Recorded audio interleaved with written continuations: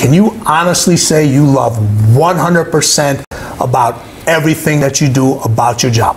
There's certain things that you absolutely love, and there's other things that you can deal without.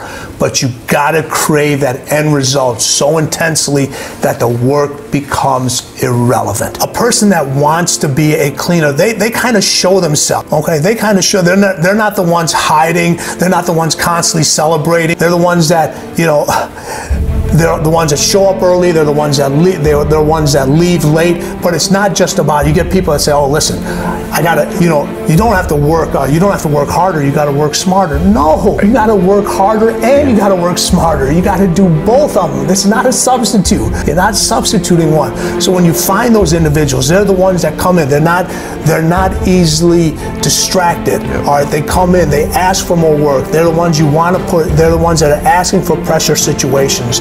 They're the ones that are not always. They're not the ones that are always celebrating. They're not worried about when you criticize them or when you give them feedback. They go, "I got it," and they're going to improve themselves. And they constantly show that here's the end result. Everyone has a dark side. Everybody has a dark side. All right, we've all been through something. All right, and it's how you handle that situation determines what kind of individual you're going to become. You have individuals that make excuses all the time. I came from a broken home. I didn't have this. I didn't have that. And you got other individuals that take that, hey, my mom raised me or my dad raised me, and they take that as motivation, as power to say, watch me. I'm going to show you. Okay, I'm not going to let that hold me back. It's not an excuse. That's your dark side. But what happens is the more successful you become, the less people care about your problems. You know, they look at your house, they look at the money, they look at the car, and they're like, "Oh, he's got it all." They don't understand that you have the same issues that everybody else has, but people don't understand that because they think this is the cure-all for it all. It's not the cure-all for it. Right. It's not, and it's fun. The more successful you become, the less people you can talk to things about because they don't want to hear it. Sure, exactly. They don't want to hear it. Yeah. But it's funny, once you start hanging around people that have your same ideas, same goals, are same as successful, watch how the conversation changes with them. Everyone wants a pat on their back for doing the things that they're supposed to do. Yeah. Okay? That's it. Everybody, hey, they want to get acknowledged for the things they're supposed to do. You get somebody that applies for an application for a job, you know, first thing on the resume, I'm a hard worker. That's your top thing. That's what you're starting with. No one wants to grind. You can't get the end result without the grind. It might not be a physical grind, but it's sure in the hell it's going to be a mental grind. Cleaners have to finish. That's one of their most intense qualities. They have to finish. Don't settle for watches. Don't settle for cars. Don't settle for houses. Settle for timepieces, settle for automobiles, and settle for estates. But if you really want to set some goals and you're willing to do what it takes and sacrifice to put yourself around there and not worry about hurting feelings. Okay, this is no BS, and this isn't about feelings, because I always say this, emotions make you weak. Okay, and a lot of people attack people's emotions because that's where they can control you. They can control you. All right, think bigger. Think better. Don't think homes. Think estates. Don't think cars. Think automobiles. Don't think watches. Think timepieces. All right, because like what you said is the way it all starts with a thought.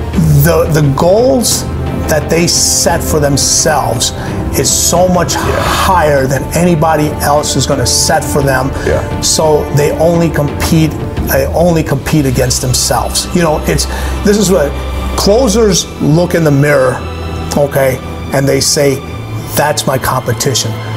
It's the cleaners look in the mirror and see themselves, and what they don't see, that's their competition, okay? Your competition is what you're willing not to look at. Or you can look at somebody else's company's financial records, all that stuff is available. It's what you're not willing to see That's what separates those individuals. You're competing against yourself. You're setting unrealistic goals and expecting to achieve. You have these schools, and I bring this up all the time because a lot of individuals are watching this, they have kids. Our society is teaching individuals incorrectly in this stage. You have schools that have no-cut policies in sports. All right. You have to sign a waiver to say you can only say positive things. So what are we teaching individuals? You get a trophy for participating, for 16th place. Everyone gets a trophy. All right, and you get the one mother who shows up and says, hey, my kid didn't get a trophy. Well, your kid was only here one time, right. And she's arguing with the coach. All right, we're gonna give you a trophy. Winning and competing matters. It matters. All right, 30 people apply for a job. 30 people are not getting the job. One person's getting the job. All right, so if you don't teach competitiveness and how important it is at a young age, when they hit adversity, they don't know what to do with it. They don't know what to do with it because you can't do everything for them all the time. You know, you hear fathers all the time with daughters, and you know, I have them, and it's all about, listen, daddy's little girl, you know. It is daddy's little girl, but you gotta let daddy's little girl and daddy's boy figure stuff out on their own. You protect them, you provide for them, but you gotta let them figure shit out on their own. With competition, when you compete, you learn to deal with winning, you learn to deal with losing, you learn to deal with adversity. Yep. No matter who you are, you could be the richest person in the world, okay? You're gonna be dealing with winning, you're gonna be dealing with losing, and you're gonna be dealing with adversity. Yep. All right, and guess what?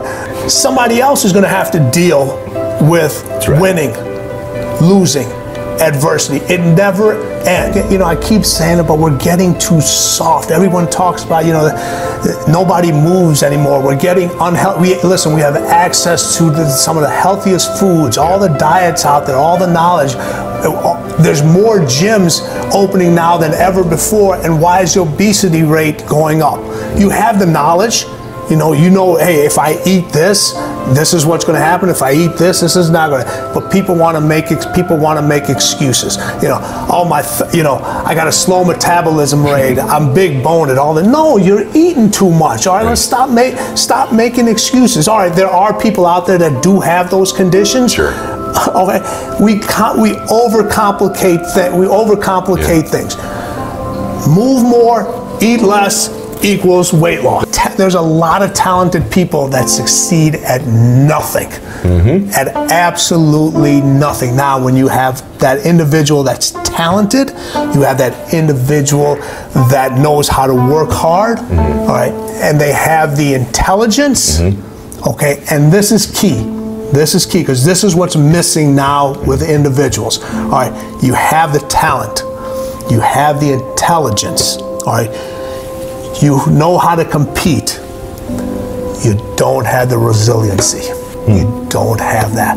When failure comes kicking your ass, all right, you crumble and you fold.